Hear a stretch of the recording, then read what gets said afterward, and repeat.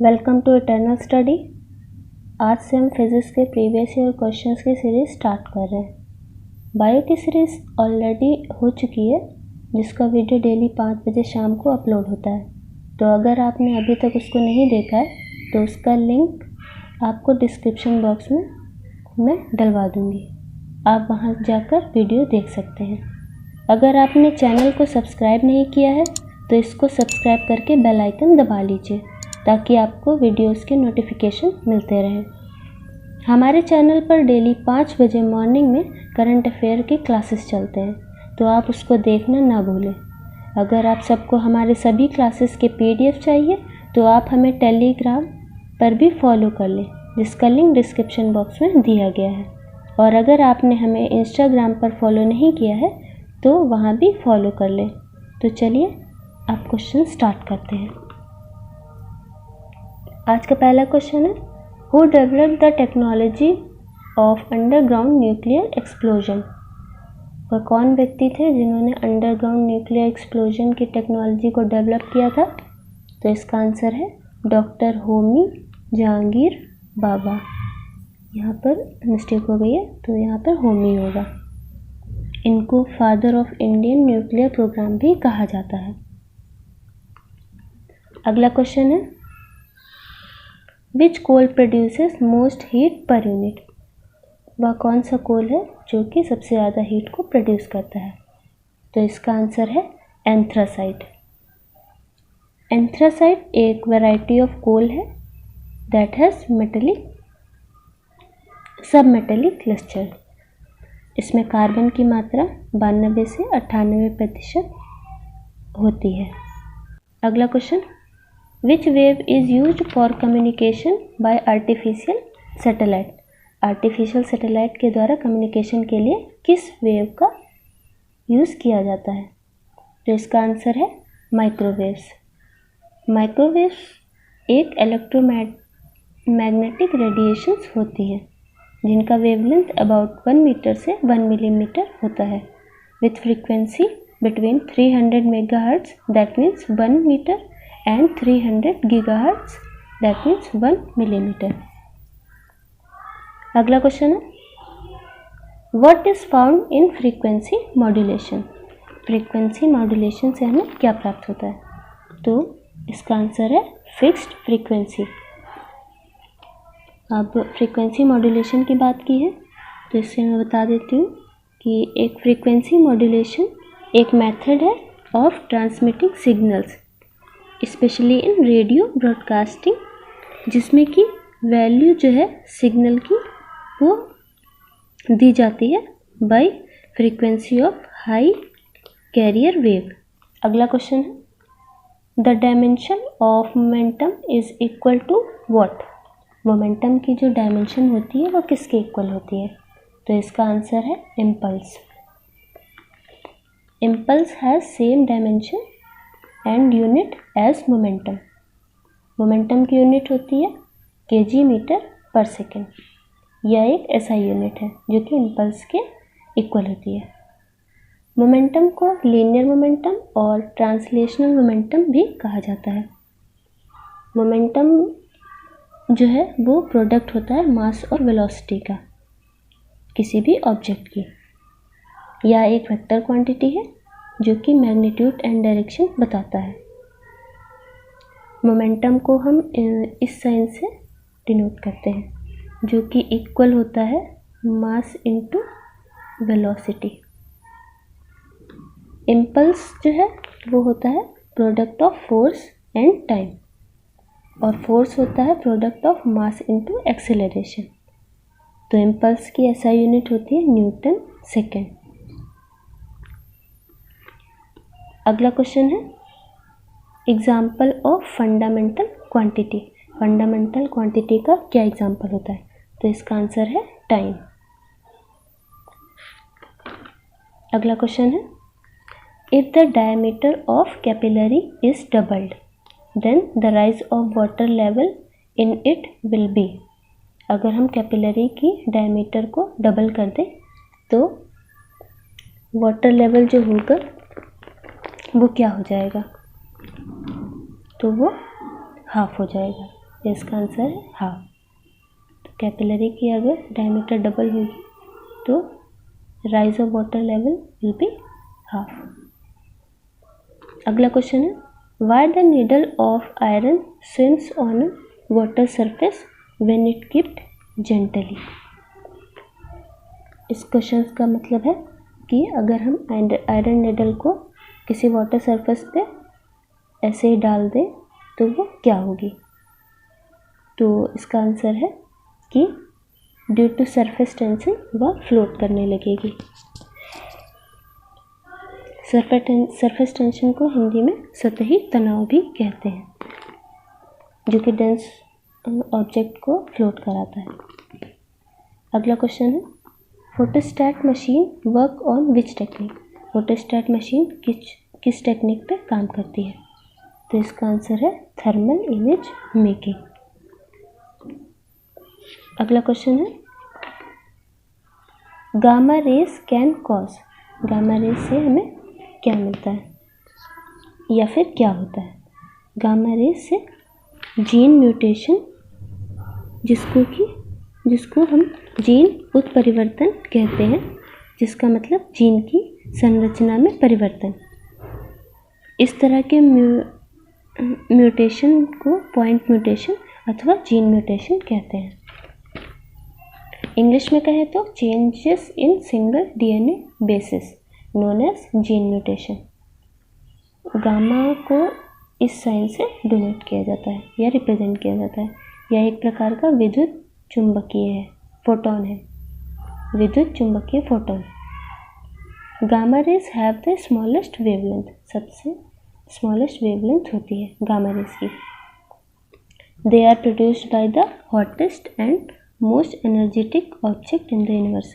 ये सबसे ज़्यादा हॉटेस्ट और मोस्ट एनर्जेटिक ऑब्जेक्ट के द्वारा यूनिवर्स में प्रोड्यूस की जाती है। अगला क्वेश्चन है, 1 kilowatt is equal to how many joule. 1 kilowatt कितने जूल के इक्वल होता है। तो इसका आंसर है 6 मेगा जूल। अगला क्वेश्चन है, what is the minimum escape velocity of rocket to be launch into space. Minimum escape velocity rocket की क्या होगी जब वह लॉन्च किया जाएगा स्पेस में। तो इसका आंसर है 11 किलोमीटर पर सेकेंड। एस्केप वेलोसिटी की अगर बात करें तो इसको एस्केप वेलोसिटी वह गति है जिसे किसी ग्रह या चंद्रमा के गुरुत्वाकर्षण से मुक्त होने के लिए किसी ऑब्जेक्ट को ट्रैवल करने की आवश्यकता होती है और इसे बिना अधिक गति के छोड़ दिया जाता है। अगला question, why we are able to see rainbow. हमें रेनबो क्यों दिखाई देता है। तो इसका आंसर है because the sun remains behind us and we face rain drops. अर्थात जब लाइट जो है वाटर ड्रॉपलेट पे एंटर करती है तो वह स्लो डाउन हो जाती है और वह बेंड हो जाती है अपनी डायरेक्शन से जब वो एयर से किसी डेंस ऑब्जेक्ट में जाती है, जैसे कि वाटर ड्रॉपलेट। वाटर ड्रॉपलेट जो है वो एक प्रिज्म की तरह काम करती है जो कि लाइट को 7 कलर्स में स्प्लिट कर देती है, जिसे हम विबग्योर कहते हैं। इसमें रेड कलर का वेवलेंथ सबसे लॉन्गेस्ट होता है और वॉयलेट का सबसे शॉर्टेस्ट होता है। Rainbow it means VIBGYOR, that means violet, indigo, blue, green, yellow, orange and red. अगला क्वेश्चन है, the splitting of different colour of light in a prism is due to which process. कोई भी light जो है वो split हो जाती है डिफरेंट कलर्स में जब वो प्रिज्म से पास होती है, तो यह किस प्रोसेस के थ्रू होता है। तो इसका आंसर है डिस्पर्जन ऑफ लाइट। तो ये डिस्पर्जन ऑफ लाइट एक प्रोसेस है जिसकी वजह से एक लाइट जो है वो प्रिज्म के थ्रू पास होते ही डिफरेंट कलर में स्प्लिट हो जाती है, जैसा कि हमने इससे पहले क्वेश्चन में बात की। अगला क्वेश्चन है, a boat will submerge when it displaces water equal to its own. इस क्वेश्चन का मतलब है कि जब नाव अपने स्वयं के बराबर पानी को विस्थापित करती है तो वह डूब जाएगी, क्यों। तो इसका आंसर है बिकॉज ऑफ इट्स वेट, इसके वेट की वजह से या भार की वजह से, दोनों ही सेम है। अगला क्वेश्चन है why the snow on the mountain does not melt all at once when it heated by sun. तो इसका आंसर है because it reflects most of the heat from the sun. इस क्वेश्चन का मतलब है कि क्यों पहाड़ों पर बर्फ एक बार में नहीं पिघल जाती जब यह सूरज से गर्म होता है। तो इसका आंसर यही था because it reflect most of the heat from the sun, क्योंकि यह सूरज से निकलने वाली अधिकांश गर्मी को रिफ्लेक्ट करता है। अगला क्वेश्चन है what is used in oven. Oven में क्या यूज़ होता है। तो इसका आंसर है माइक्रोवेव। अगला क्वेश्चन है which technique is used in recording a permanent 3-dimensional photograph of a given single colour और अ मल्टी कलर। इस क्वेश्चन का मतलब है किस तकनीक का उपयोग किसी दिए गए सिंगल कलर और मल्टी कलर के साथ 3-dimensional फोटोग्राफ को रिकॉर्ड करने के लिए किया जाता है। तो इसका आंसर है होलोग्राफी। होलोग्राफी जो है वो लेज़र पे काम करती है। इसे इस तरीके से दिखाया जाता है कि एक 3D ऑब्जेक्ट बन जाता है।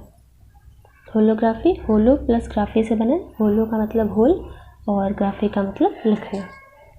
ये हॉलीवुड मूवीज़ में भी यूज़ किया जाता है इस टेक्निक का यूज़। अगला क्वेश्चन है a person standing on a railway platform listens to the whistle of arriving and departing trains, the whistle heard is. इस क्वेश्चन का मतलब है कि रेलवे प्लेटफॉर्म पर खड़ा एक व्यक्ति आने जाने वाली ट्रेन की सीटी को सुनता है, तो सुनी हुई विसल जो है वह किस प्रकार की है। तो इसका आंसर है of higher pitch when train arrives. जो विसल है वो हायर पिच की है जब भी ट्रेन अराइव होती है, डिपार्ट होती है। अगला क्वेश्चन है an ice block with a piece of lead embedded in it float in water.